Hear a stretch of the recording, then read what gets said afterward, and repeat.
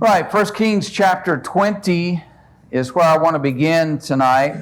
1 Kings chapter 20, and let's look, first of all, verse 13 says, "Suddenly a prophet approached Ahab, king of Israel. Thus says the Lord, have you seen all this great multitude? Behold, I will deliver it into your hand today, and you shall know that I am the Lord." Now, the context of that is that the Syrian army had come against Ahab and Israel. Of course, Ahab was concerned about that, what the unfolding of that would be, but the Lord told him through a prophet here, I'm going to deliver them into your hand. Now let's read verses 20 to 22 and see what unfolds as a result of that. So 1 Kings 20, verses 20 to 22, who will read that for us? Zach? And each struck down his man.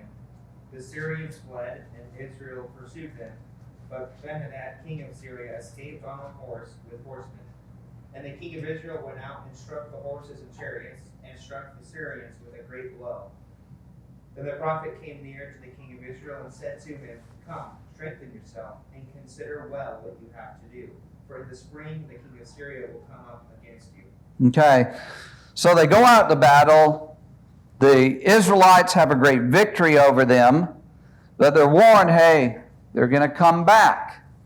Now, what's interesting about this account is verses 23 to 25, the rationale that the advisors to the Syrian king have about why they can go back and why they can beat Israel the second time. So let's read 23 to 25. Paul, do you want to get that? Then the servant of the king of Syria said to him, their gods are gods of the hills. Therefore they were stronger than we. But if we fight against them in the plains, surely we will be stronger than they. So do this thing. Dismiss the kings, each from their positions, and put captains in their places. And you shall master an army like the army that you have lost horses for horses and chariots for chariots. Then we will fight against them in the plains. Surely we will be stronger than they. And he listened to their voice and did so. Okay, so what's that rationale? Yeah, well, let's go fight them again. We'll win this time. Well, obviously they're being protected because their God is their God of the mountains. So our gods are the gods of the plains. So we'll go fight them there, and we'll have victory. Yeah, it's just a matter of where we fought them the first time. You know, it gives us insight, of course, into the pagan mindset about, God is a particular ruler or controller of an area or a certain element, things like that. And so they're thinking, well, we just switch places, we're good to go.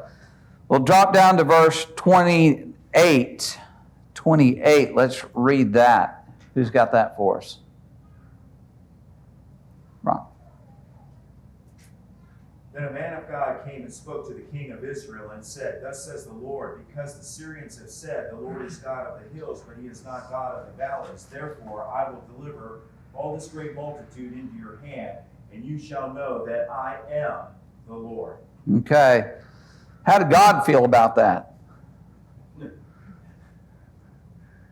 Yeah, I know what they said. I know what they're thinking. They're bringing reproach upon God.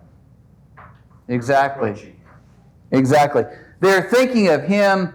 He's just like all these other pagan deities that different people believe in. Israel's God's no different than that. And what's the interesting thing, considering this is Ahab?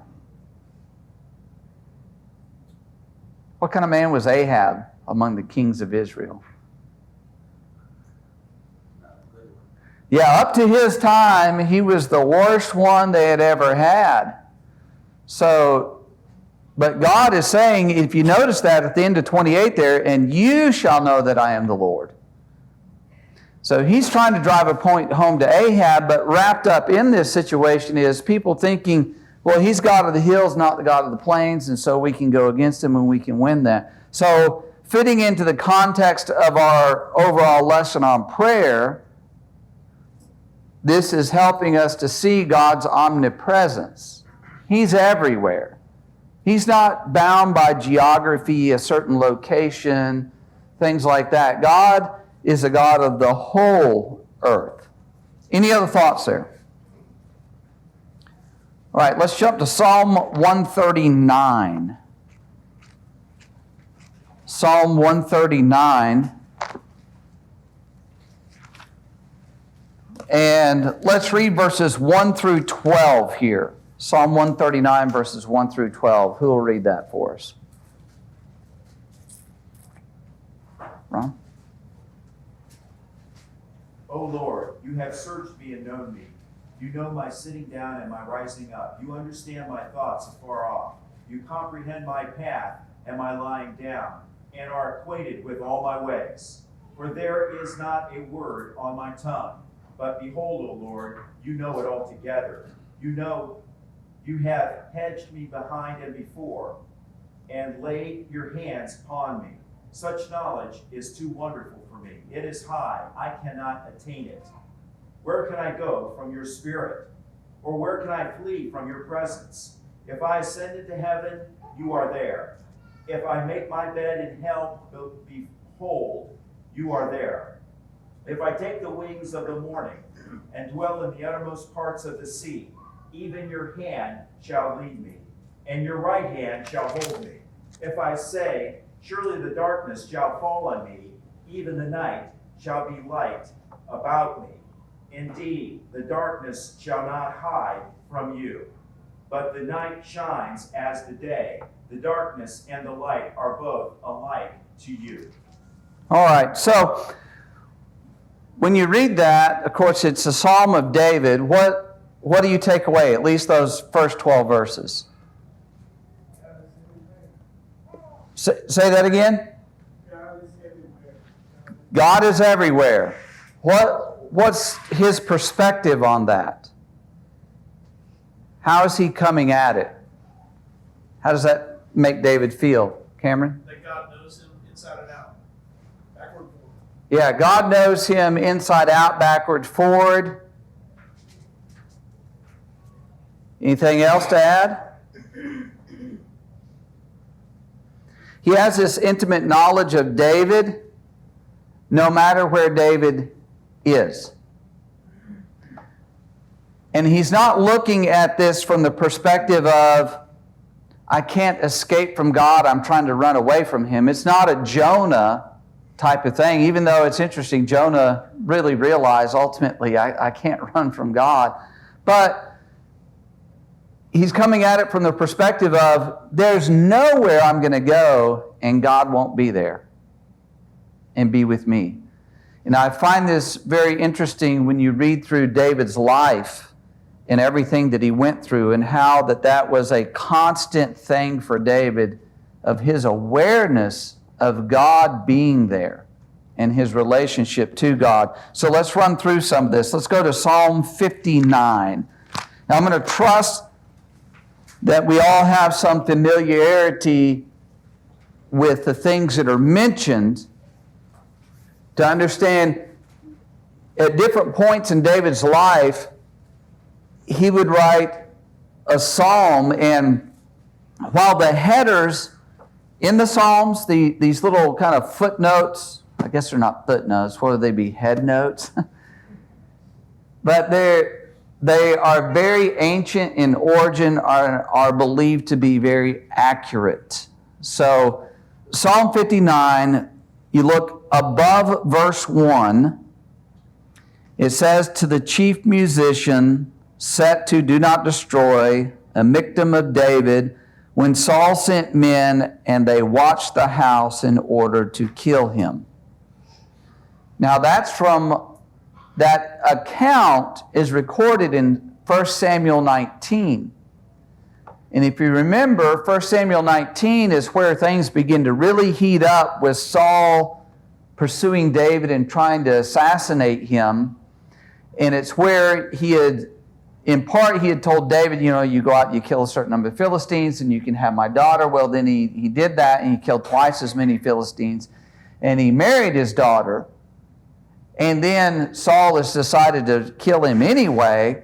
And he sent men to David's house to watch so that when he came out, they would jump him and kill him. Well, remember, Saul's daughter was complicit with David, which she should have been, okay, in protecting David. And she disguised, I forget exactly how it describes it, but, put a disguise there in the bed, like David's in bed, he's sick, he can't come because Saul was sending for him. But David had escaped out. So that's the occasion when he writes this psalm. So he's being threatened by and pursued by his enemy. And let's just notice Psalm 59 verses 1 and 2. Who'll read 1 and 2 for us? Cameron? Deliver me from my enemies, O my God. Defend me from those who rise up against me. Deliver me from the workers of iniquity and save me from bloodthirsty men. Okay. And will you also get 16 and 17 for us?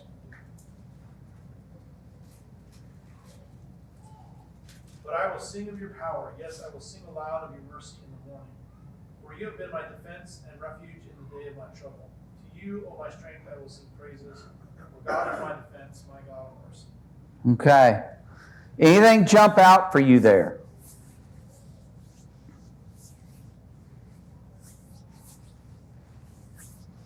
Let me ask you this. What's our overall topic of study in these series of lessons? Okay, prayer. When we think of Psalms, I think usually maybe we think primarily of song. But what is a psalm? In its true nature, what is it? It's a prayer, right? He's writing prayers that are set to a tune, some type of melody that's to be sung. But ultimately, this is a prayer that he wrote as he's in a moment of crisis and trial in his life. And so there he is, he's in this occasion when he's been watched by the enemy and he's under threat. He records this prayer that then is set to music, and he prays it to God, sings it before God. Any other thoughts on that? John? Well, we see in reading this that David knows that God's with him, but he still pleads for safety. He puts it on God to deliver him out of this situation. Save me, put me up in this high place away so nobody can get me. And by the way, I know that you are with me, but save me anyway. So God, and this is an example of God wanting us to ask for things that we already know, to plead in cases that, yes, we have food, yes, we have homes, yes, we have safety, yes, we live in a nice country, in a safe place, to pray for those things anyway, plead like we don't have those things. Right. That's what God wants to hear. Right, exactly. We need to exercise that faith in him and expressing that to him. And so David, hiding in his house and then escaping from his house, God was there with him. God was watching over him. In God's providence, he allowed him to escape and his life to be spared. Well, go back to Psalm 52 now. Psalm 52. And somebody's got the little header there. Read us the header. Not the, I think you know what it begins with the chief musician. What's the header? Somebody get that. Charles? A contemplation of David. When Joab the Edomite went and told Saul and said to him, David has gone to the house of Abimelech. Okay. Does anybody remember that occasion? Who this Doeg is, the Edomite. David was on the run. He fled to the high priest. He went there. Remember, he got the showbread. He got the sword of Goliath. Saul sent men. He ended up sending Doeg. Doeg saw him there. Doeg reported. Doeg's the one who ended up killing the priest and all of that. And so when he's there, God is with him. God is watching over him. You just read through that psalm again, and you notice as John mentioned with the other, he's expressing this faith in God, but deliver me from my enemies, protect me, watch over me. And then he also condemns Doeg for his evilness and his wickedness in what has unfolded there. So when you think about David and the things he experienced, the places he went, Psalm 142 jumps out. Psalm 142, this is also Psalm 57, by the way. Both of these were written around the same time. But Psalm 142, where was David? And do you remember the occasion? Cave. What cave?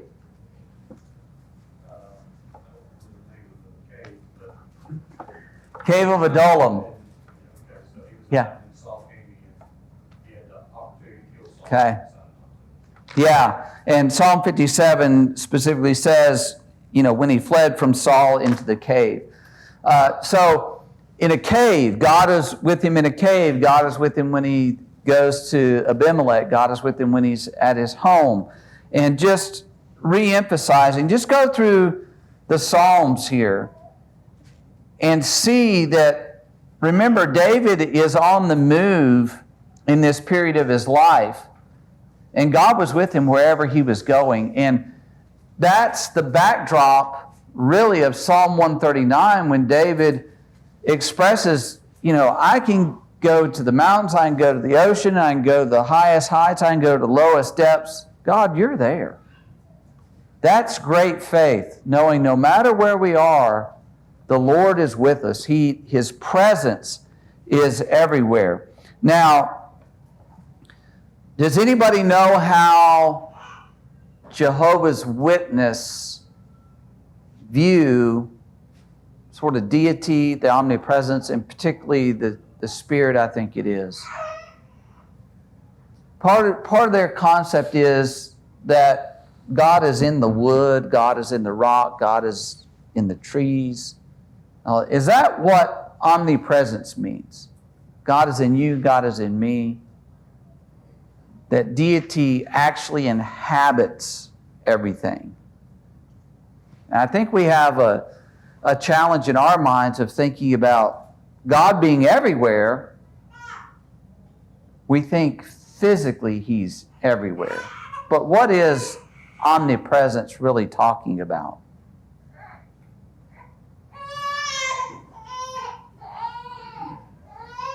Anybody? It's the idea that God is aware of everything and God sees everything. Probably the description that sticks in my mind the most that I heard a preacher say one time, it's kind of like if we were to sit into a room and have a whole bunch of security cameras. We're in that room, but we're present everywhere. Maybe it's a building or something. We're everywhere. We can see everything going on. God dwells in heaven. That's His dwelling place. So it's not the idea that God's being is everywhere and in everything. Of course, God, what do we call that? Where are we? I'm going to be a little vague, sorry, but where are we? On earth. We're on earth. That's one thing. If we're on earth, let me ask you, what first verse of the Bible, what is that? In the beginning. What does that mark? Time. We are in time. God created the heavens and the earth, and then, of course, He puts man there. We're in time and space. Where is God? Outside of time. He's outside of time and space. He's transcendent. And so when we think of his omnipresence, we're stuck in time and space and we're trying to think of this. But he's above that. He's outside of that. And so I think it's hard for us to fully comprehend. But David understood it didn't matter where he was, what the circumstances were, God was there. And we need to have that kind of trust just like he did. Any other thoughts on that? John? Well, we see man's attitude towards God when the Bible talks about evil happening at night. Well, there's a reason for that is mankind, by our nature, we think, well, if nobody can see us, we can't see anybody, nobody knows what we're doing. Well, the fact that God is omnipresent means that he is knowledgeable about everything that's going on at all times. But it also means that we don't have to run to a temple and pray. We can stop what we're doing no matter where we are, and we can turn to him. So while we want to focus on, well, we can't hide from God, well, that's true, but more importantly is that we can turn to him no matter where we are. Exactly. And we're going to explore that very thought here just a little bit more in just a minute. What I want to point your attention to is, again, Psalm 139, verses 11 and 12, to what John was just saying. If I say, surely darkness shall fall on me, even the night shall be light about me. So you can imagine in his life, in his running from his enemy, there were times when he had to run at night. I mean, you think about when Absalom went after him and how he would have to be running and getting away and regrouping his men. But darkness will fall on me. Well, even night shall be light about me. Indeed, darkness shall not hide from you. But the night shines as the day. The darkness and the light are both alike to you. God sees it all. We have this misconception that somehow darkness or being in a building or being concealed hides us. It doesn't. Not from God. It may from people, but it doesn't from God. He's aware of everything that's going on and what's happening. And so he's with us no matter where we are. Let's look at discussion question number 1 on page 23 in the workbook. Acts chapter 17. Let's read Acts 17, verses 24 to 28. Who will get that for us? Acts 17, 24 to 28. Right? The God who made the world and everything in it, being Lord of heaven and earth, does not live in temples made by man, nor is he served by human hands as though he needed anything, since he himself gives to all mankind life and breath and everything. And he made from one man every nation of mankind to live on all the face of the earth, having determined allotted periods and the boundaries of their dwelling place, that they should seek God, and perhaps feel their way toward him and find him.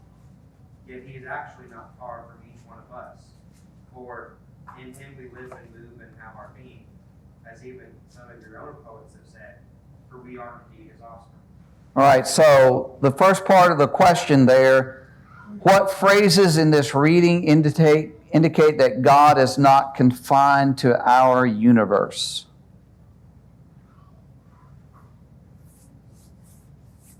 What does Paul say to these idolaters in Athens? Where does he not dwell? He does not dwell in temples made with hands, but he's God of heaven and earth. He's the creator of all things. Right, exactly. He's the creator of all things. He doesn't dwell in temples. He's outside of the heavens and the earth.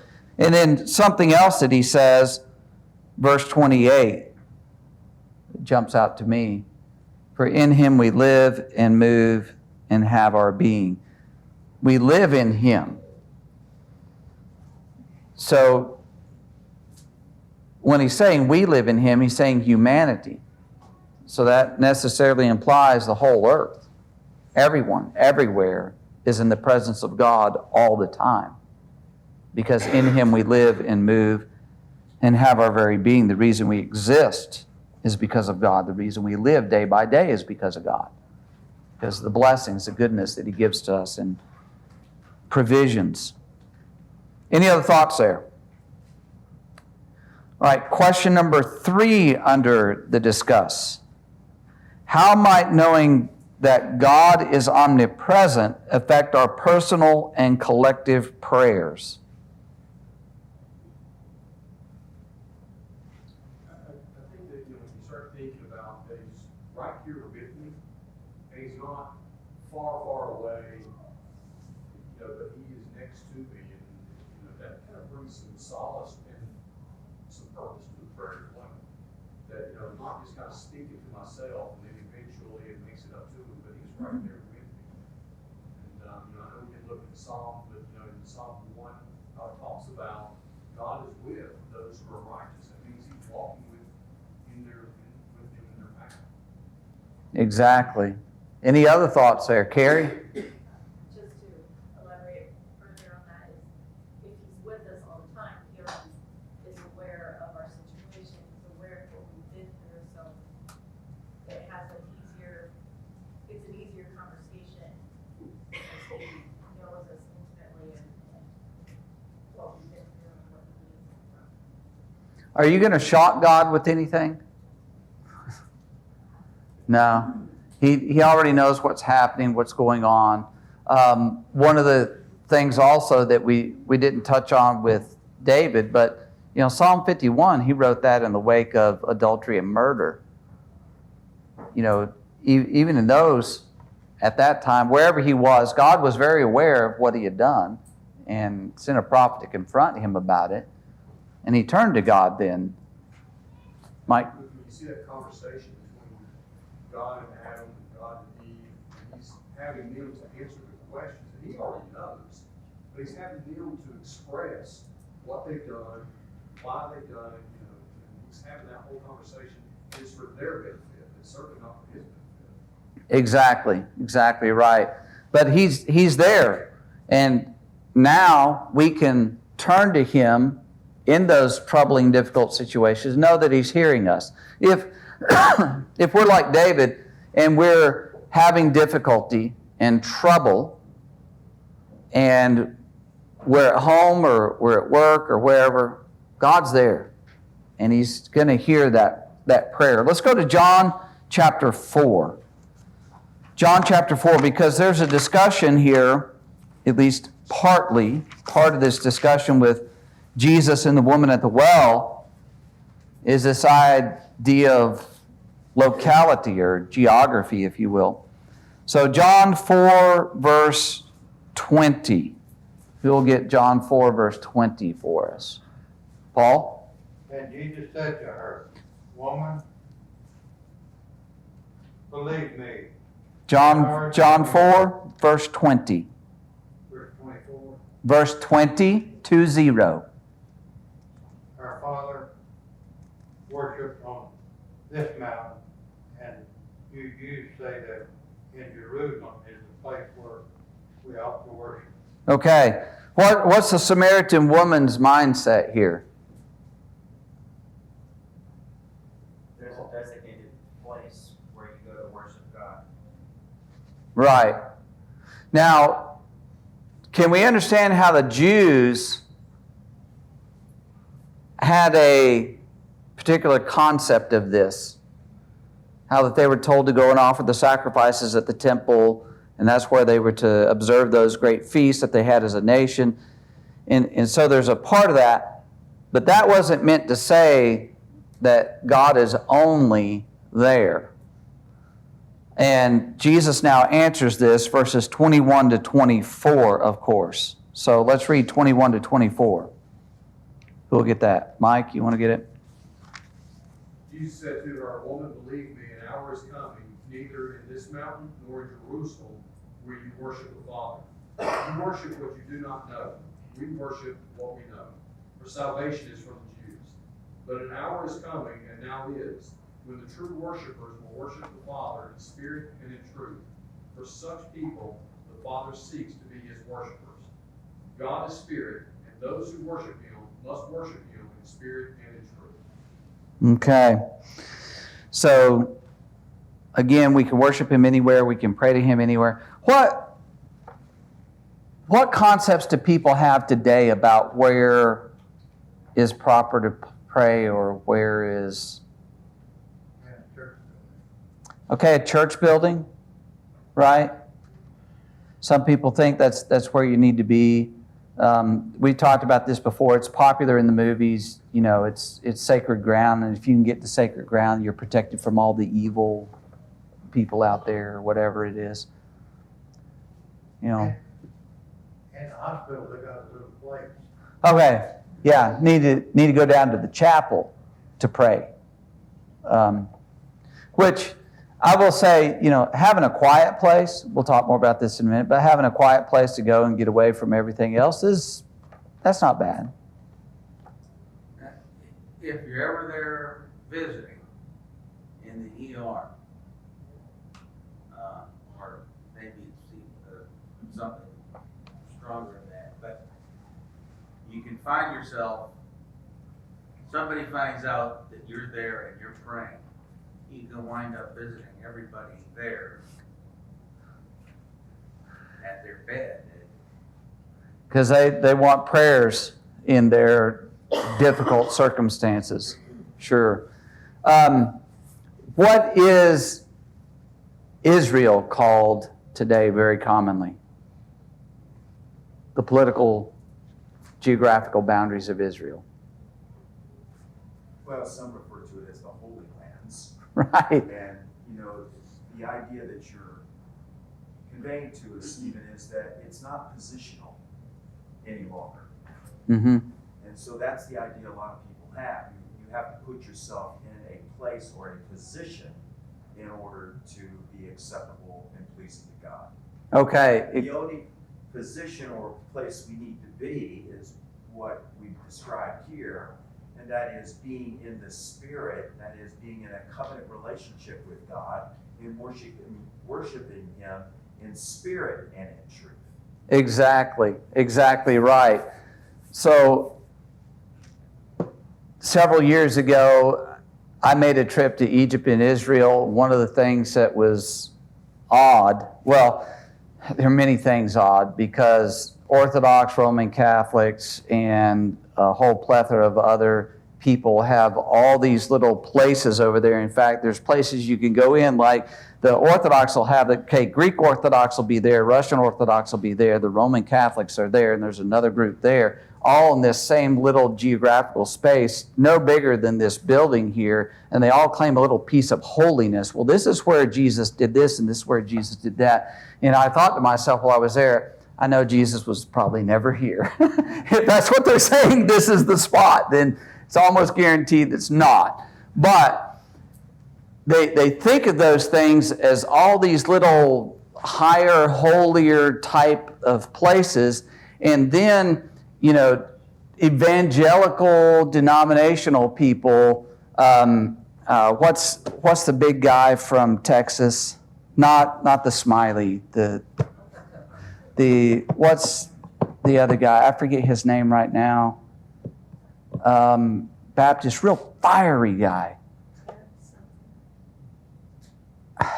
I can't remember. Anyways, he had a huge tour group there at the Jordan River. They had them lined up going down in there to be baptized in the Jordan. All those people had been baptized before, but man, they were at the Jordan. Got to get in the Jordan and dunk them down there. It's because they think it's a holier place and holier water. You know, it baffles the mind how physical people are in a particular location. And there's nothing holy about the dirt or the water or the rocks or the stones or anything over there. Nothing at all. And that's what Jesus is throwing down to her. Doesn't matter. It's irrelevant. What matters is the covenant relationship. Are you following God? Do you have that relationship? When you've got that, it doesn't matter where you are. You can pray to God and you can honor Him. Any other thoughts there? All right, Mike. Well, I was just thinking, you know, in the Old Testament, whenever it's mentioned about a king, he's tearing down the high grounds, the high places. Mm-hmm. You have some that wouldn't tear down the high places. You know, it's kind of the same thing, you know, just not going to be there. That's where this is happening. Well, yeah, and look, all through human history, people have thought certain geographical spots have more holiness or powers or something. You know, in our time, maybe the biggest thing is the Bermuda Triangle. Oh, there's some type of spooky, weird thing. There's no supernatural stuff. It's just, you know, people disappear out there. People disappear everywhere. I mean, anyway, aliens or whatever. All right, so I want us to think for just a minute. Think through your mind in the Bible and maybe in the New Testament, places where it's mentioned that people prayed. Places. Or ought to pray. So what did Jesus teach about? Go ahead. In the closet. Okay, some translations have closet, others have room, but the idea is what? Privacy. You go alone. You're not out there to be seen by people, but you just privately praying to God. It's just you and God. You're there laying it out to Him. What's another place?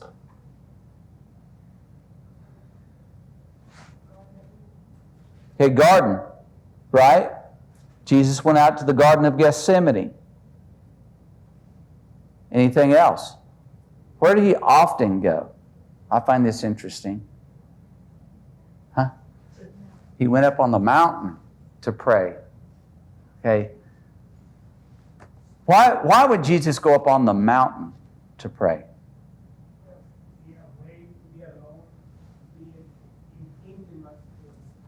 Yeah, to be away, to be alone.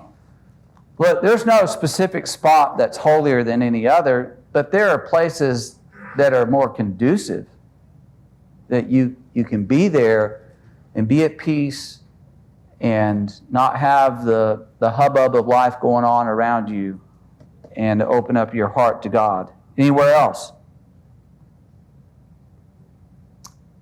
When Jesus went into the temple and He cleansed that temple, what did He tell them?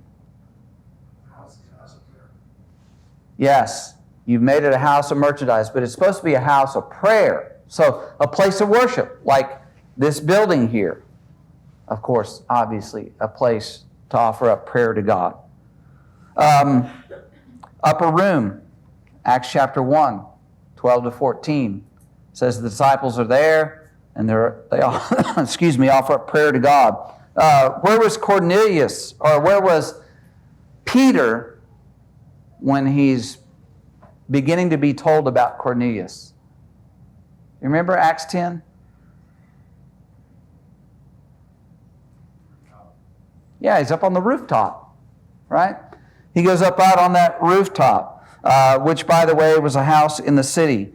The church was where when Peter was in prison? Acts 12. In Mary's house, right? They gathered over someone's house. This wasn't their regular meeting place, but some had gathered at one of the members' residence and were offering up prayer to God. So we don't have to come to this building. If we come together as a group, we could go to someone's house even and offer up prayer to God. What about Acts 16? There's two places mentioned there. When Paul first gets to Philippi, Lydia, other women, where were they going?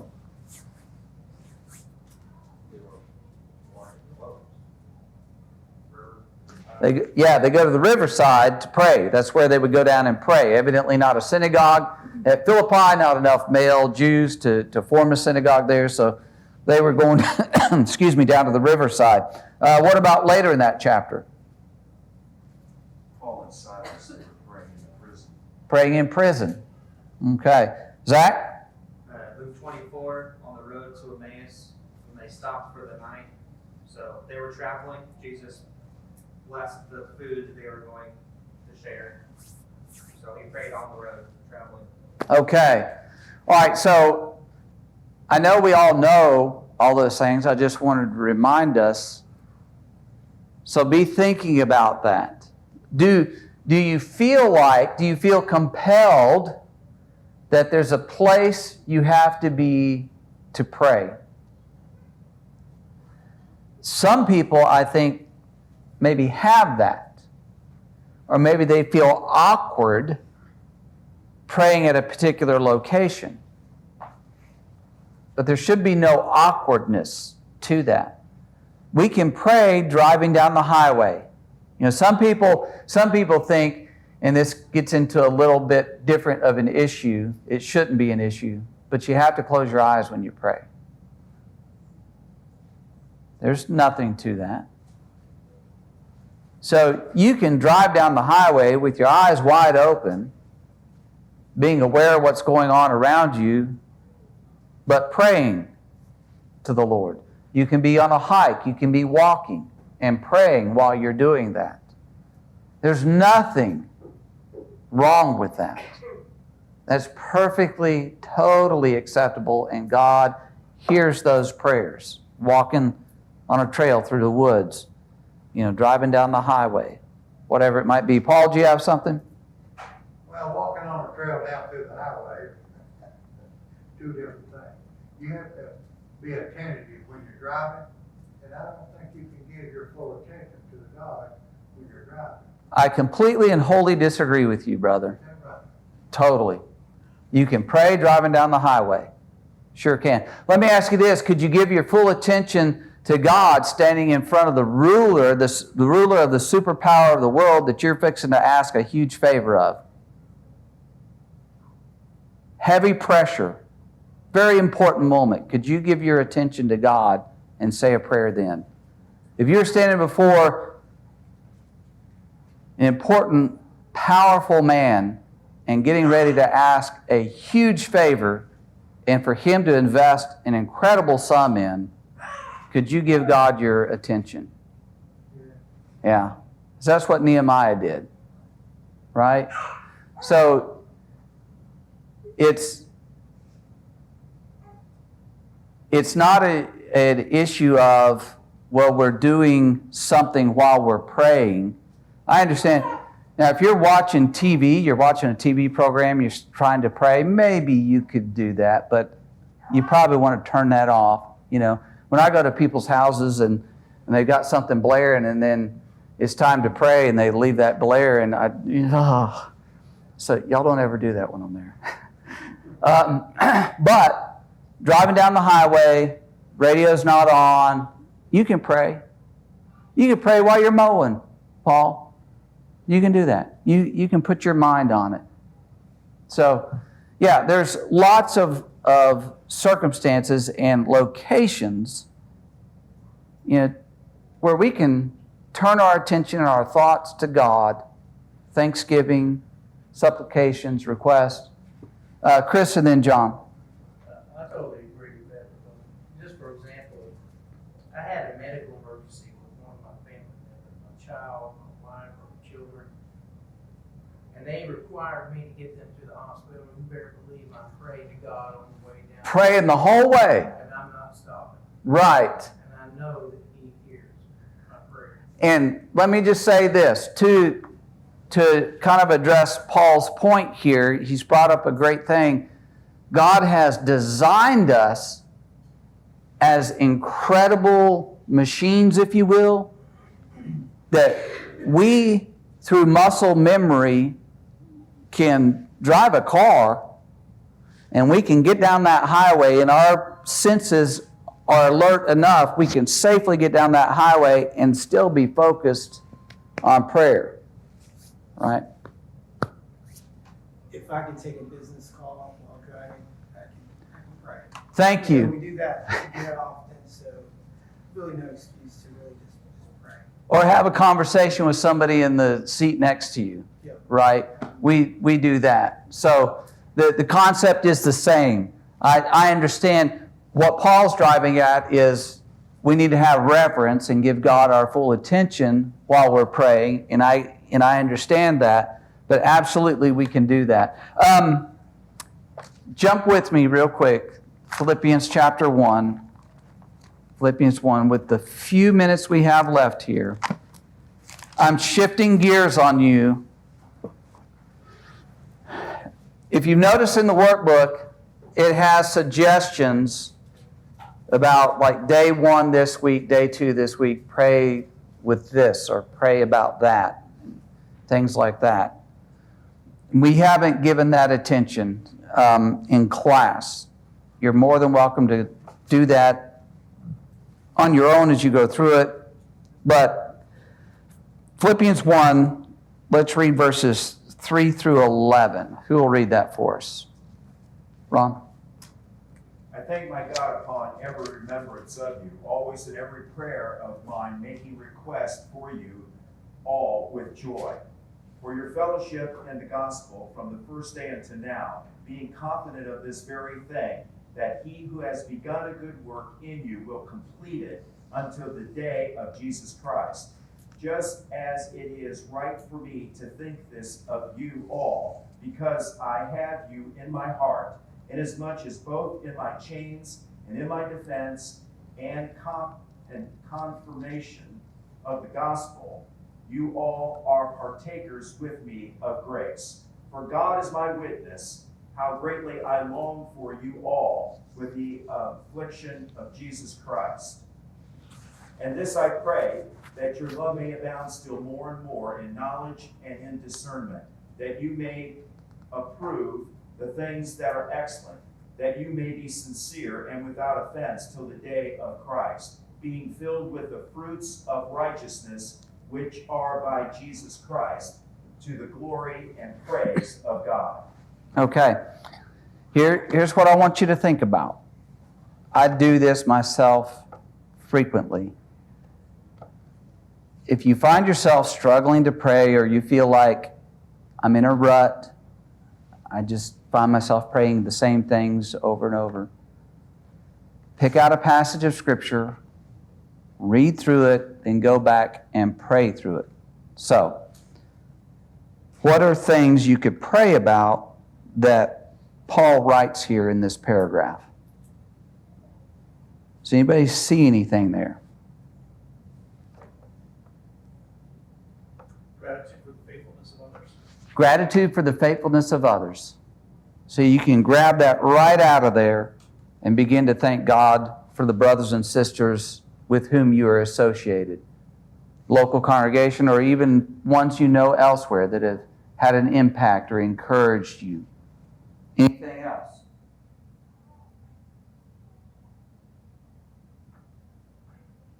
Mike? That my knowledge and discernment continue to grow because it helps them grow. Okay. I want my knowledge and discernment to grow. I need to grow in the Lord. Help me to grow. Anything else? He expresses his confidence in them that they are engaging in a good work, and that good work is directly supported by God. And what greater confidence can we have to know that God is supporting us in the good works that he hath ordained?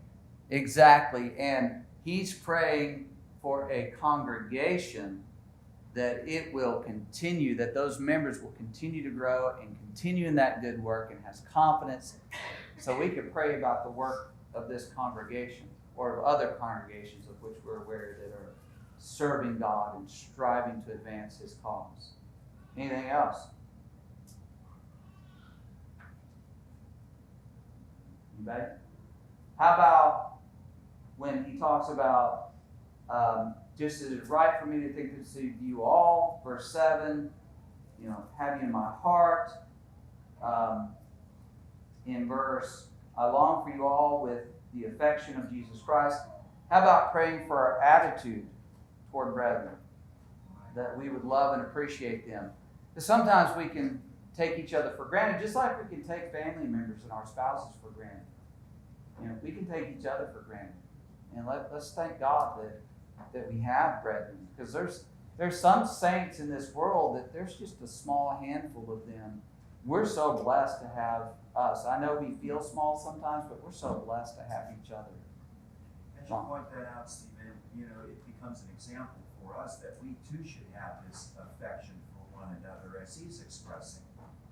Paul is a pattern to us. And if we have that affection and that love, then it's going to grow and abound, as we're promised that it will. Exactly Exactly right. So I encourage you, read through a passage of Scripture and then look at those things in there that you can pull out and pray about. That'll help guide you if you're struggling with that.